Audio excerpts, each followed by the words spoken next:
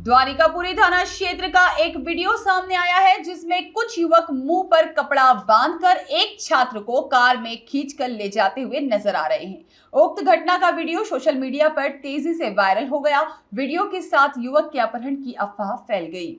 मामले की जानकारी देते हुए जोन क्रमांक 4 के डीसीपी ऋषिकेश मीणा ने बताया कि घटना की जानकारी मिलते ही पुलिस ने तत्परता दिखाते हुए मामले की छानबीन शुरू की और 1 घंटे के भीतर ही आरोपी छात्रों को गिरफ्तार कर लिया।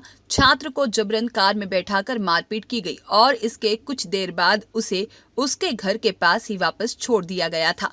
आरोपी छात्र उसी के दोस्त हैं, जिसका खुलासा खुद फरियादी छात्र ने पुलिस के समक्ष किया है। फरियादी छात्र ने पुलिस को यह भी बताया है कि किसी लड़की से बातचीत करने के चलते उसका उसके साथ ही पढ़ने वाले कुछ दोस्तों के साथ विवाद हो गया था। इसके बाद उन लोगों द्वारा यह हरकत की गई। पूरा मामला समझने के बाद पुलिस द्वारा फरियादी छात्र और आरोपियों के माता पिता को थाने बुलाकर उनके सामने ही सभी छात्रों को फटकार लगाई। फिलहाल फरियादी छात्र द्वारा प्राप्त शिकायत के आधार पर पुलिस द्वारा आरोपी छात्रों के खिलाफ प्रकरण दर्ज कर लिया गया है। ये अभी 2-3 दिन पहले की बात है।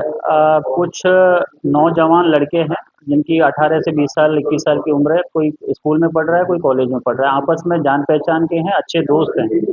किसी बात को लेके उनमें आपस में विवाद हुआ है और उसी विवाद के चलते रंजीशन उन्होंने एक लड़के को उसके घर के सामने से गाड़ी में बैठाया और गाड़ी में बैठा के उसके साथ मारपीट की और उसको उसके घर के पास ही वापस गाड़ी से उतार दिया। इसमें तत्काल जिस तरीके का वीडियो वायरल हुआ उसको संज्ञान में लिया गया। एसीपी साहब को पूरा टास्क दिया गया। उन्होंने पाँचों लड़के जो फरियादी है प्लस 3-4 जो आरोपी थे उनके घर वालों को बुलाया गया और घर वालों को बुलाने के बाद में ये चीज़ क्लियर हुई कि ये पहले के आपस के जानकार हैं, दोस्त हैं और कुछ छोटी मोटी बात को लेकर ना मामूली सा विवाद हुआ है। और जो फरियादी है उसने भी इस बात की तस्दीक की है कि उसका कोई अपहरण नहीं हुआ है, सिंपल मारपीट हुई है और उसी हिसाब से हमने बीएनएस की धाराओं में इसमें अपराध पंजीबद्ध किया है।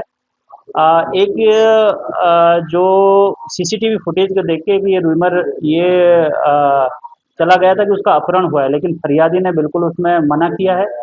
आज भी जब उसको हमने इन्वेस्टिगेशन के लिए बुलाया तो वीडियो स्टेटमेंट में भी उसने इस बात को नकारा है कि उसका कोई अपहरण हुआ था, क्योंकि वो उसका दोस्त था, जानकार था, तो एक हंसी मजाक में उसको गाड़ी में बैठाया और छोटी 2-4 जो उसको मारपीट की, थप्पड़ वगैरह मारे थे, उसी हिसाब से उसमें धाराओं में अपराध पंजीबद्ध किया।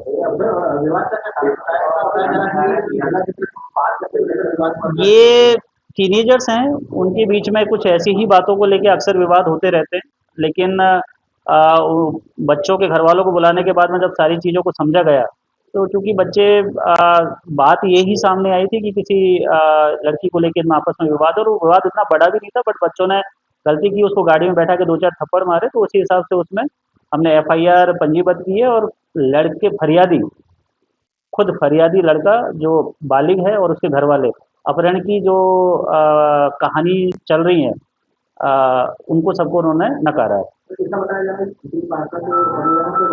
नहीं, ये इस पूरे प्रकरण को खुद हमारे एसीपी साहब और टीआई साहब ने बड़ी संजीदगी से इसको डील किया। किसी भी तरह का इसमें कोई राजनीतिक दबाव या हस्तक्षेप इस पूरे प्रकरण में कहीं पे भी नहीं रहा। देखिए, ये 2 चीज़ें हैं कि टीनेजर बच्चे हैं, उन्होंने घटना की है, ऑब्वियसली उनके खिलाफ में कानूनन कार्रवाई होगी, लेकिन चूंकि उद्देश्य, हर क्राइम के पीछे एक मोटिव होता है, तो जब भी हम इस तरीके के क्राइम को डील करते हैं तो मोटिव, मंशा को हम जानते हैं। बच्चों को हमने समझाया है, उनको भी ये चीज़ रियलाइज हुई है कि उन्होंने गाड़ी में बैठाना उनके लिए गलत था, लेकिन चूंकि मोटिव इसमें कहीं पे भी नहीं था कि उनका अपहरण किया जाए, क्योंकि घटना स्थल के पास में ही लड़के को वापस उन्होंने गाड़ी से उतार के वापस छोड़ दिया। उन्होंने अपनी आइडेंटिटी डिस्क्लोज करने की मतलब हाइड करने की कोशिश की, लेकिन पुलिस ने तत्काल विदिन 1 आवर लड़कों को आइडेंटिफाई किया, उनको घर वालों को बुलाया और उसके घर वालों में आपस में जो भी बातें हुई उसके बावजूद हमने बीएनएस की धाराओं में उसमें अपराध पंजीबद्ध किया और बच्चों को आगे के लिए भी हमने सचेत किया कि इस तरह की कोई घटना ना करें। लेकिन जो इसमें मूल बिंदु ये है कि किसी भी तरह की अपहरण की जैसी कोई इसमें क्राइम घटित नहीं हुआ है। ब्यूरो रिपोर्ट, सत्याग्रह न्यूज, मध्य प्रदेश।